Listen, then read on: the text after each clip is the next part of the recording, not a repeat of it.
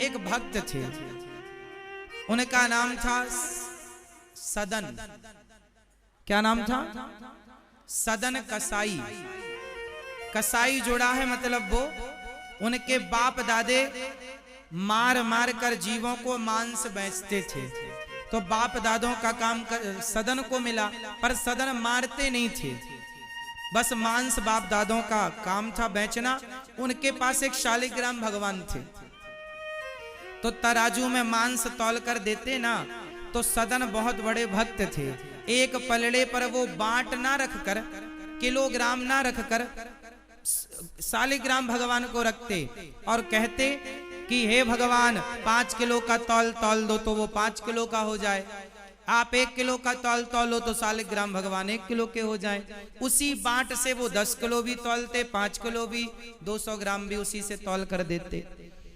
किसी भक्त ने वहां से गुजरते हुए देखा कि ये तो शालिग्राम भगवान है। तो एक आदमी ने सदन से कहा, अरे सदन, तुझे नरक जाना पड़ेगा, बड़ा पाप किया तूने, ये भगवान को तूने इससे मांस तौला। अच्छा, सदन बहुत प्यार करता था भगवान से, सही गलत का तो उसे ज्यादा ज्ञान था नहीं, सच्चा भोला भाला बाप दादाओं का काम था, तो उसी से उसका गुजारा होता था। तो वो अपना मांस बेचता था और मारता नहीं था किसी को, और भक्त बहुत बड़ा था। एक पंडित जी ने कहा कि ये तूने बड़ा अपराध किया, मुझे दे शालिग्राम भगवान, मैं पूजा करूंगा। पंडित जी को डर के मारे दे दिया। पंडित जी ले जाके बढ़िया दूध दही घी से नहवाए, पूजा पाठ करी। और रात को जब पंडित जी सोए तो शालिग्राम भगवान सपने में बोले, पंडित जी तुरंत वापस करके आओ। वहां बढ़िया वो हमें रोज तराजू में रख के झूला झुलाता था, रोज हम बढ़िया झूला झूलते थे, तुमने लाके बिठा दिया, तुरंत भेजो हमें वहां, हमें उस भक्त की याद आ रही है, झूला झुलाता था वो हमें रोज। अब पंडित जी बड़े परेशान भय, वाह प्रभु, आप खुद झूला झूलना चाहते हैं तो जाओ। आधी रात को दरवाजा खटखटाया, पंडित जी ने, सदन खोल, ये तेरे भगवान तू संभाल भैया, तेरे भगवान हमारे बस के नहीं है। सदन भगवान शालिग्राम को जब उसने सुना कि ये भगवान मेरे से प्रेम करते हैं, तो उसकी श्रद्धा और बढ़ गई, अपार श्रद्धा जागी। उसने अपने ये दारागार पुत्राप्तान प्राणान वित्तमिमं परम हित्वा माम शरणम याता कथम चांस्तक तुमुत्सहे। भगवान कहते हैं, जिसने अपनी पत्नी पुत्र परिवार मेरे लिए छोड़ा हो, मैं ऐसे भक्तों का कभी त्याग नहीं कर सकता, ऐसे भक्तों को मैं कभी छोड़ नहीं सकता। सदन ने सब छोड़ दिया, सबसे उसकी माया हट गई, सबसे मन हट गया, और शालिग्राम भगवान लेकर वो जगन्नाथ भगवान की ओर चला, जगन्नाथ भगवान का दर्शन करने के लिए। उसे जगन्नाथ भगवान की याद आई और वो जगन्नाथ जी की यात्रा में चला। सदन कसाई चलते चलते चलते चलते एक गांव के बगल से जब गुजरा तो वहां देखा कि शाम हो गई है, आज इस गांव में रुक जाना सही है, क्योंकि सवेरे फिर आगे चलेंगे। तो आज वहां पर एक छोटा सा घर था किसी का, उस घर के बगल में पेड़ था, उस पेड़ की छांव में अपनी आसन लगाई और गांव से कुछ भिक्षा मांग कर लाए, खा पी लिया और अपना लेट गए भगवान का चिंतन। सवेरे जगन्नाथ जी की यात्रा में आगे बढ़ेंगे। जिस घर के बगल में लेटे, उस घर में एक सुंदर सी महिला रहती थी। जब उसने निकलकर देखा सदन की तरफ, सदन बड़े सुंदर थे, तो उस महिला ने सदन को देखा, तो वो सदन को देखकर मोहित हो गई और सदन की तरफ वो तिरछी निगाहें रखती और सदन को वो अपने वासना में फंसाना चाहती थी, क्योंकि वह स्त्री का चरित्र अच्छा नहीं था। वह सदन को देखती है और सदन के पास जाकर बोली, आप मेरे पति बनोगे, बड़े सुंदर हो। सदन बोले, मैं अपनी पत्नी पुत्र परिवार मैंने सब छोड़ दिया भगवान के लिए। यदि मुझे इसमें आसक्ति होती तो मैं अपनी पत्नी से मन ही क्यों हटाता। इसलिए देवी, तुम मेरी माँ हो, बहन हो, इस रूप में तुम अच्छी हो, तुम ये क्या कह रही हो। उस कन्या ने कहा, उस महिला ने, वैसे आप हो बड़े सुंदर, अच्छा ये भी बड़ी सुंदर थी, पर सदन के मन को ये विचलित ना कर पाई। सदन बोले तुम्हारा पति है, देखो घर में, तुम अपने पति को छोड़कर पर पुरुष पर नजर रखोगी, पाप लगेगा। उस महिला को क्या लगा कि ये मेरे पति से डर रहा है, तो उसने तलवार निकाली और अपने पति का सिर काट दिया और कहा देखो अब कोई बाधा नहीं है, मेरा पति मर गया, अब तुम और हम शादी कर लेते। पूरी रात बेचारी ने परेशान कर रखा सदन को। सदन बोले रात है, जाए कहां, जाए तो पकड़ ले। अब सदन जी ने मना कर दिया तुम्हें स्वीकार नहीं करेंगे, तो उसको लगा मेरा तो पति भी चला गया। इसने भी स्वीकार नहीं किया, ना मैं घर की रही ना मैं घाट की रही। उसने शोर मचाया, लोग आए, क्या हुआ? बोले इसने मेरे पति को मार दिया।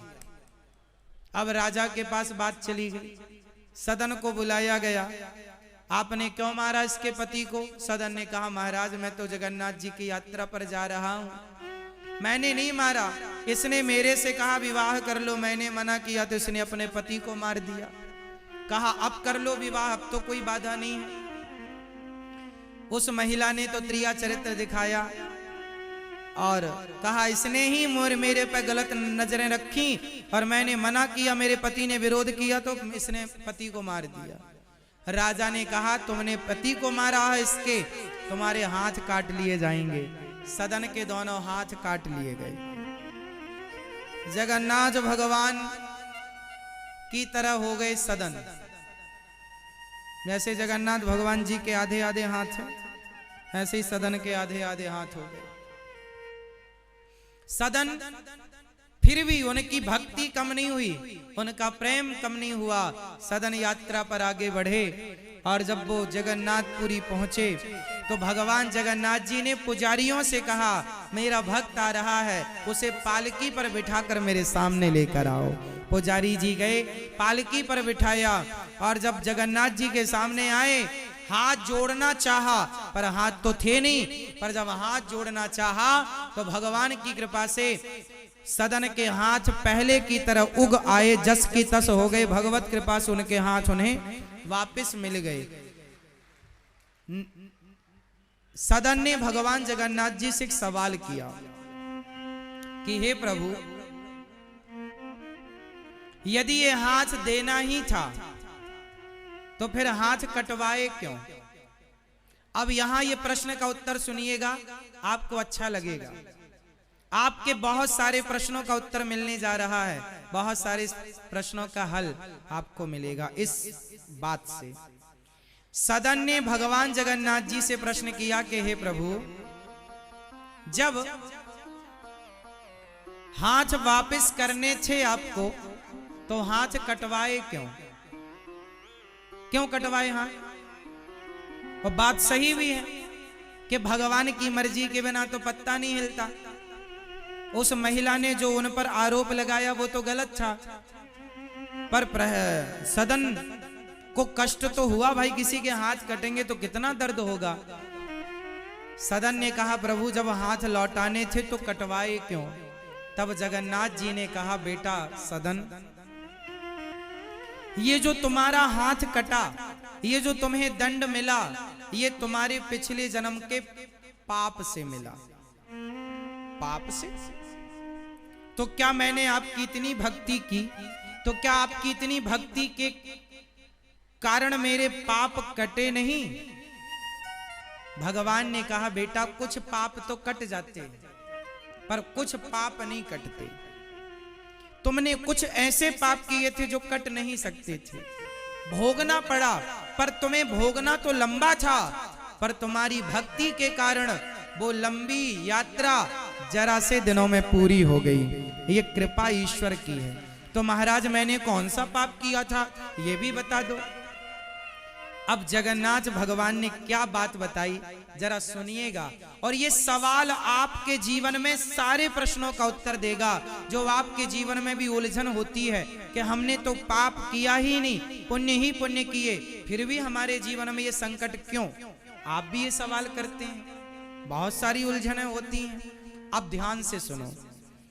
भगवान जगन्नाथ जी ने कहा सदन, आप पिछले जन्म में एक संत थे, जंगल में बैठे आप समाधि लगाए। तभी जंगल में एक कसाई एक गाय को पकड़कर ले जा रहा था, तो गाय उस कसाई के हाथ से छूट गई और तुम्हारे सामने से गुजरी। तो कसाई ने तुमसे पूछ लिया कि क्या तुमने गाय को यहां से गुजरते हुए देखा है? तो तुमने कह दिया था अपने हाथों को उठाकर, हाँ हाँ गाय इस तरफ गई है। और वो कसाई ने तलवार ले रखी थी, तुम्हें पता था कि ये कसाई है। तुमने गाय का सही पता बता दिया।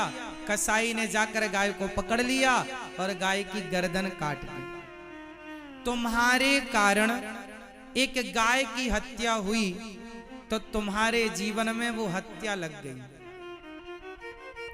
वो हत्या के कारण वही गाय इस जन्म में वो स्त्री बनकर आई जो तुम पर मोहित हो गई थी, और वो कसाई उसका पति बनकर आया।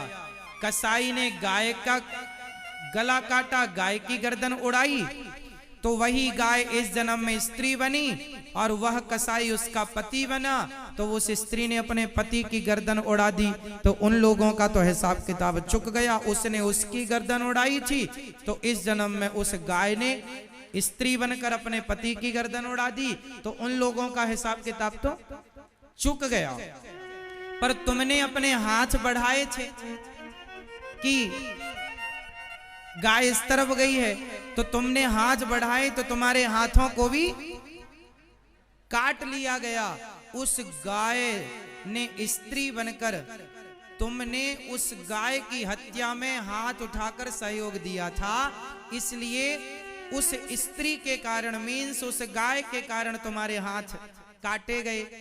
परंतु तुम मेरे परम भक्त थे, तुम्हें इस जन्म में तुम्हारे हाथ कट जाते और फिर सारी जिंदगी बिना हाथों के गुजारना पड़ता तो कैसे गुजरती।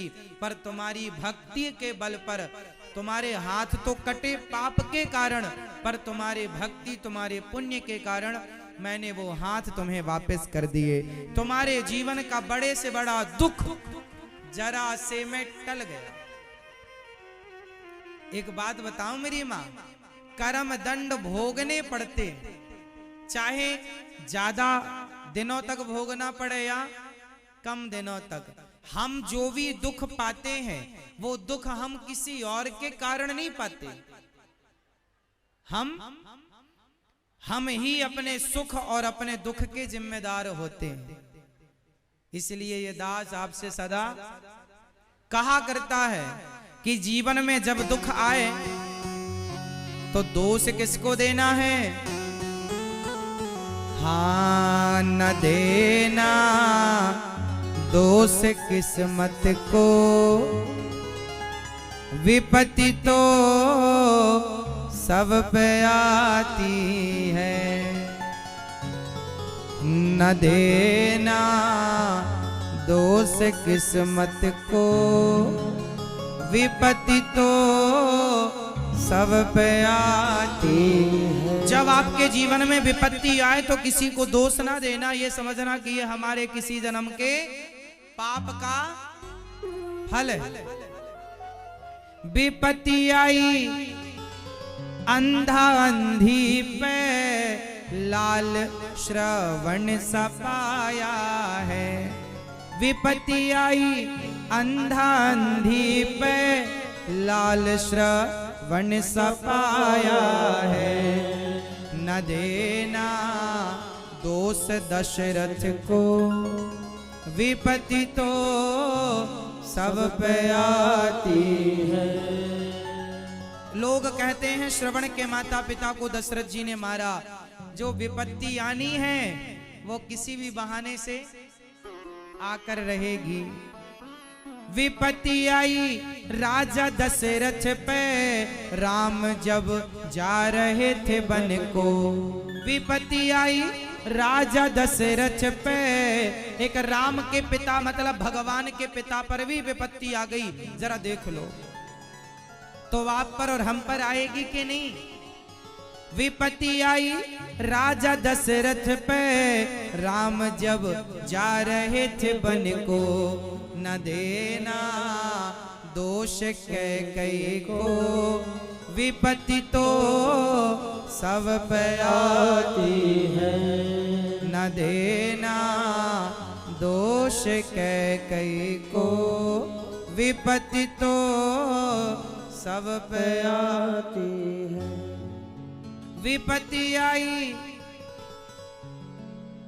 विपत्ति आई माता द्रौपदी पर, सभा में चीर हरण करते, न देना दोष कौरवों को, विपत्ति तो सब पे आती है। बताओ विपत्ति क्यों आती है? ये हमारे कर्मों के दंड है। सदन कसाई के हाथ कट गए, बाद में लौटाया। भगवान ने सदन को अपने हृदय से लगाकर सदन पर कृपा के करके सदन को कृतार्थ कर दिया।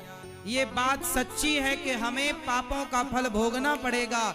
पितामह भीष्म को बाणों की सैया पर लेटकर अपने कर्म दंड भोगने पड़े। ये सही है कि भीष्म पितामह को भी अपने कर्म दंड भोगने पड़े। पर एक बात समझ लो मेरी माँ, कि दोष किसी को देने से क्या लाभ है कोई लाभ? इसलिए जो दुख आवे चुपचाप सह लो और उस दुख में भी प्रसन्न रहो, क्योंकि तुम्हारा कर्मदंड तुम्हें मिलेगा। पत्नी का कर्मदंड पत्नी को, पति का पति को, बेटे का बेटे को, कोई किसी का बांट नहीं सकता कि तुम्हारा दर्द हम बांट लें।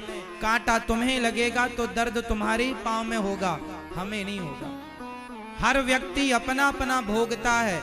इसलिए कहता हूं गलत ना किया करो, आज नहीं कल उसका परिणाम जब मिलेगा बड़ा दुखद होगा, भोगना पड़ेगा। कोई ना बचा तो तुम पितामह भीष्म ना बच पाए कर्म दंड से, दशरथ जी ना बच पाए। दशरथ जी तो राम के पिता, भगवान के पिता हैं। क्या दशरथ जी बच पाए? उन्हें भी तड़प तड़प के मरना पड़ा। श्रवण के बाण लगा, उनके माँ बाप ने श्राप दिया, इन्हें भी मरना पड़ा। तो बचा कौन? कोई नहीं बचा, तो हम और तुम कैसे बचेंगे? इसलिए गलत काम से बचो और अपने आप को सही काम में खपा के लगा रखो, सही काम में लगाओ। बुरे विचार आए ही ना मन में, अपने आप को अच्छे विचारों के साथ इतना अटैच कर दो, इतना जोड़ दो, अपने आप को अच्छे कामों में लगा दो। जरूरत ही नहीं है बुरे विचार आए आपके जीवन में, बुरी आदतें आपकी बने, इनकी आवश्यकता ही नहीं है हमें। तो सदन कसाई को भगवान ने कृपा करके अपना दर्शन कराया, दर्शन देकर कृतार्थ किया। तो उनके हाथ क्यों कटे? उन्हें भक्ति का परिणाम भी मिला, सब कुछ मिलता है। हम अच्छा करते हैं। आप ये बताओ, आप दिल्ली में रहते हैं, आप बड़े बड़े महलों में रहते हैं, आपके पास गाड़ी है, बंगला है, रहने का खूब, आपको पास खाने के लिए काजू बादाम पिस्ता छुआरा मुनक्का है। कुछ लोगों के पास सूखी रोटी नहीं है। कुछ लोगों के पास, मेरी मां, कुछ लोगों के पास सूखी रोटी नहीं है। क्यों? क्यों नहीं? कारण जानते हैं? कारण सिर्फ ये है कि आपने किसी जन्म में पुण्य किया है, उस पुण्य का फल आपको आज गाड़ी बंगला धन धान्य के रूप में मिल रहा है। आप सब प्रकार से सुखी हैं। आपके घर में बर्तन मांजने वाले अलग हैं, आपके घर में भोजन बनाने वाले अलग हैं। आपने जरूर पुण्य किया है, उस पुण्य से आपको ये सुख मिल रहा है। अब आज जो करोगे, जो कल किया था वो तो आज मिल रहा है, जो आज करेंगे वो आपको आगे मिलेगा। इसलिए हम आपसे कहते हैं कि आप जो कल किए थे वो तो आज भोग रहे हैं, जो आज करेंगे वो आगे भोगेंगे। इसलिए आप लोग अच्छे काम करो, किसी का दिल ना दुखाओ, सदा भलाई सदा परोपकार करो, क्योंकि दिन किसी के भी बिगड़ सकते हैं। अच्छा, आपने ऐसे लोगों को भी देखा होगा जो 30-40 साल तक धनवान थे, फिर अचानक ऐसा हुआ दिवालिया निकल गया और वो रोड में आ गए, घर मकान गाड़ी घोड़ा सब बिक गए। ऐसा होता है कि नहीं? जो आदमी कल तक करोड़पति था वो आदमी रोड में आ गया, ऐसा होता है कि नहीं? बोलो हाँ या ना। मैया ओ मेरी माँ, ऐसा होता है कि नहीं? बताओ ऐसा क्यों होता है? जब आदमी धनवान है तो फिर उसके जीवन में गरीबी क्यों आती है? इसलिए आती है, अरे जितने दिन तक आपका पुण्य आपके साथ था उतने दिन माल खजाना मिला, पुण्य खत्म तुरंत वापस चली गई चीजें, और आपके जीवन में जो स्ट्रगल करना पड़ रहा है, 2-2 रोटी के लिए मेहनत करना पड़ता है, फिर भी पेट नहीं भरता। इससे पता लग रहा है कि तुम्हारा धन, जब तुम धनवान होते हो वो तुम्हारे पुण्यों का उदय है, और जब तुम गरीब, तुम दर दर की ठोकर खाते हो, कमाने पर भी भरपेट रोटी नहीं मिलती, वो तुम्हारे पापों का परिणाम होता। कभी पुण्य उदय होते हैं तो कभी पाप उदय हो जाते हैं।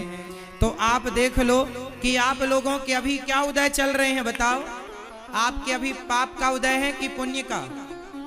जोर से जोर से। अभी पुण्य का उदय है। भगवान करें ये पुण्य ही पुण्य रहे, आप पुण्य ही पुण्य करें, आपसे पाप ना हो।